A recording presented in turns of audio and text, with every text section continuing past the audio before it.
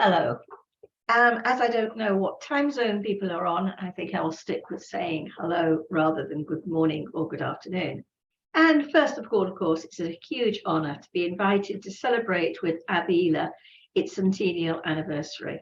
And I just regret very much that I'm only able to do this virtually. And I hope you're all having a great time at the International Law Weekend. ABILA is one of the oldest membership branches of the International Law Association. But American practitioners and academics of international law were prominent within the International Law Association, the ILA, well before ABILA's founding. As Jim Nafziger and John Noyes explain in their history of ABILA, an American, David Field, was instrumental in the founding of what became the ILA in 1873, and international lawyers from the United States participated actively in the association from the outset.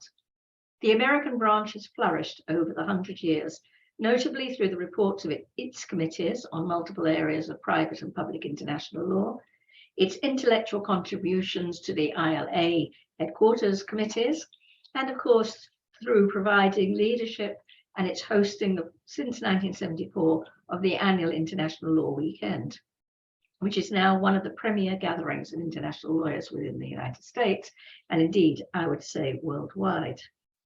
And on a more personal note, I have very much welcomed the support and assistance given to me by members of ABILA, first in a previous existence as Director of Studies, and now in my new role as Executive Chair of the International Law Association. ABILA has, of course, changed and developed over the 100 years, along with the discipline itself. And in 2022, in the midst of our celebrations, the weekend's theme must give rise to a more sober reflection. And as we are all only too aware, the international community is today facing what the United Nations Secretary General has termed the biggest avalanche of crises in generations. Crises that place international law under challenge from many sides. We all know these challenges. The list is becoming depressingly often recited. Extreme inter- and intra-state violence in many parts of the world, purported territorial annexations, climate change and environmental degradation, increasing inequalities within and between countries, and mass displacement and movement of peoples consequential upon these other manifestations of societal, international, and national breakdown. The legal codification process espoused by David Field all that time ago has slowed as state acceptance of obligation through multilateral treaty-making processes appears to have stalled. There are numerous examples of this, but just to mention one, progress on the International Law Commission's draft treaty on crimes against humanity, on which many members of ABILA have had a tremendous input, has seemingly become frustrated. In addition, apparently entrenched agreements have been renounced, along with withdrawal from key international institutions that have shaped the international order since 1945. Prominent, of course, is Russia's withdrawal from the Council of Europe and its denunciation of the European Convention on Human Rights. I would also refer to Turkey's withdrawal from the Istanbul Convention on Combating Violence Against Women. Violent attacks on human rights and environmental defenders are pervasive and increasing in number. The politicization and instrumentalization of legal regimes, especially human rights, has rendered the United Nations system too often subservient to the politics of war, counterterrorism and extremism, and profit-seeking, so that the rule of law gives way to ongoing militarization and the assumption of military solutions to global ills. According to SIPRI, world military spending reached an all-time high in 2021 of $2.1 trillion, despite the economic fallout of the COVID-19 pandemic. None of these are separate issues or separate challenges. What we are witnessing is the latest expression of patriarchal authoritarianism that survives and thrives on unmitigated violence as international law and its institutions are being discounted, undermined, and risk becoming irrelevant. The weekend's theme asks for a stocktake of contemporary international law, to ask, looking forward, what should be retained of the existing legal order and what transformed. I want to make a brief reference in this lecture to one attempt to recast international law and to shift mindsets away from the parameters of power. That is the agenda for women, peace and security that was inspired by over a century of activism by women's civil society and brought into the Security Council by the groundbreaking Resolution 1325 back in the year 2000. 9 other WPS resolutions have followed since then. Resolution 1325 itself seems to sit well within the premise of the weekend. It looks back in that it is grounded in existing regimes of international law, notably IHL, international criminal law, human rights law, refugee law, as well as in soft law instruments, notably the Beijing Declaration and Platform for Action, the most progressive blueprint for women's advancement ever adopted by the international community, and I think a blueprint for advancement of other societies as well. It also looks forward, appearing progressive through its nascent promise of transformation, opening up the space for civil society to maximize its potential. It purports to expand understanding of international peace and security through its foundational pillars of inclusive participation in decision-making about law and policy with respect to conflict and conflict resolution, prevention, including of conflict, protection of civilians, notably women, from sexual and gender-based violence, an end to impunity and sustainable peace building in post-conflict spaces, including through transformative reparation. But what I think is especially important is that these objectives are transferable. The context of Resolution 1325 itself is conflict and post-conflict reconstruction. But these foundational pillars need not be limited to peace processes that look to bring an end to overt conflict. They are rather relevant to all societies, the before, during, and post-conflict time and space.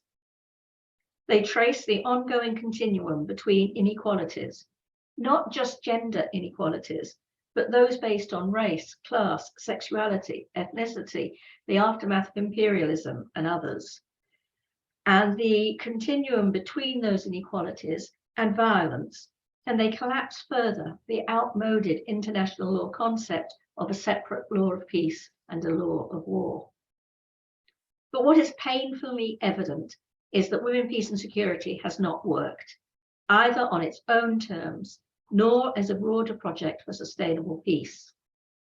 On one level, this is simply a failure of implementation and resource allocation by states and other actors. For instance, despite the many commitments to greater inclusivity in decision-making, this remains, in the case of conflict resolution, in the hands of warring factions, and in the case of non-conflict situation, in those of the dominant power interests. Just as one example of non-inclusivity, according to data in March 2021, women on average made up only 24% of members among 225 COVID-19 task forces examined across 137 countries, despite the reality that women can constitute the majority of those working in health and caring sectors. Without inclusivity and diversity in decision and policy making, whether with respect to conflict, to climate change, to a global pandemic, or other international situations, responses are likely to be limited and fail to take account of existing inequalities and thus perpetuate them. But of course, ensuring more inclusive participation would be just a first step. Participation is about far more than just numbers and bringing a wider range of actors into already existing mechanisms. It's about requiring meaningful participation so that marginalized and silenced groups and peoples are accorded real opportunities to access decision-making, removing the institutional and attitudinal barriers that currently prevent such access, that they are listened to, that their knowledge, resources, experience, and skills are recognized, are valued, and are put into effect in thinking around out of the box about possible new mechanisms. But the failure to advance the WPS agenda in practice is not just one of non-implementation. It goes beyond that to one of lack of belief. In the annual Security Council debate on women, peace and security, expressions of support for the agenda are commonplace. As an example, let me cite the President of the Security Council in October last year. So to quote, "We must therefore endeavour to see women. We must make their work, their experiences and accomplishments visible. We must invest in them.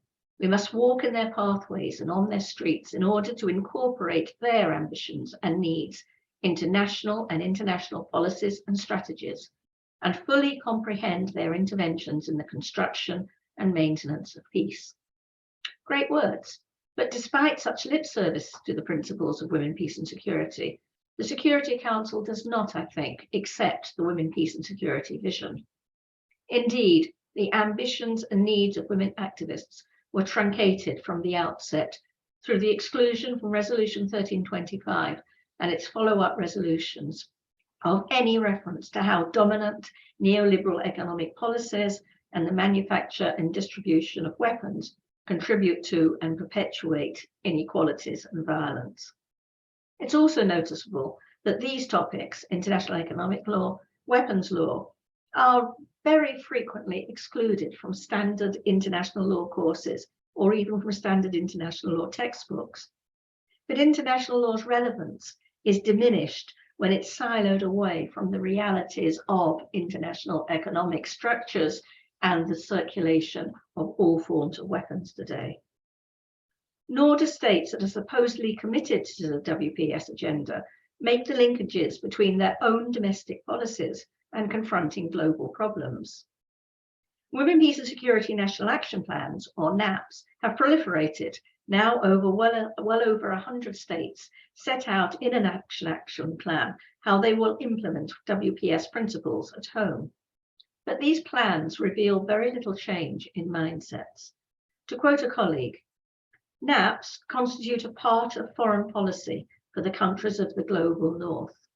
Yet despite an overarching commitment to WPS as fundamental to a more general orientation of foreign policy, NAPs specifically orient interventions towards women in the global south, which serves as a way to distance them from both violence within their own borders and that which they enact and have long enacted through colonial adventures abroad." And finally, what I think is missing from women, peace and security and from international law more generally is a construction of peace and an understanding of security that is not shaped in militaristic authoritarian terms, but rather is framed in terms of human security, integrating the full panoply of human rights, in particular economic and social rights, applicable to all societies, not just those misleadingly termed post-conflict. The United Nations Secretary General has urged a new agenda for peace, an agenda that builds upon the WPS agenda, and which thus places, to quote, "women and gender equality at the heart of peace and security." He notes, again to quote, that the linkages between interpersonal violence and insecurity and between women's equal participation in peacemaking and its effectiveness call for women's equal participation in all peace and security decision-making, and most importantly, I would say, a reassessment of core assumptions, including how peace and security are defined, negotiated, and sustained. I would go further and will finish by applauding the views of two authors from the University of Florida who were writing in the context of the war in Ukraine. Again, to quote, "Re-envisaging the women, peace and security agenda, not just as a mechanism for the inclusion of women, either as victims or combatants in the aftermath of war and in peace, but as a mechanism to think about the gendered and racialized effects of war, to reimagine a new world order, not governed by domination and imperialism, and I would add greed and profit-seeking, but one based on collaboration, reciprocity, equity, and justice. This would allow us to envisage a different international law." I think the tools in existing international law are primarily there, and it is these that need to be retained and of course many of the substance. It's the use to which these are all put that has to change. Thank you. And again, I hope you all have a great weekend.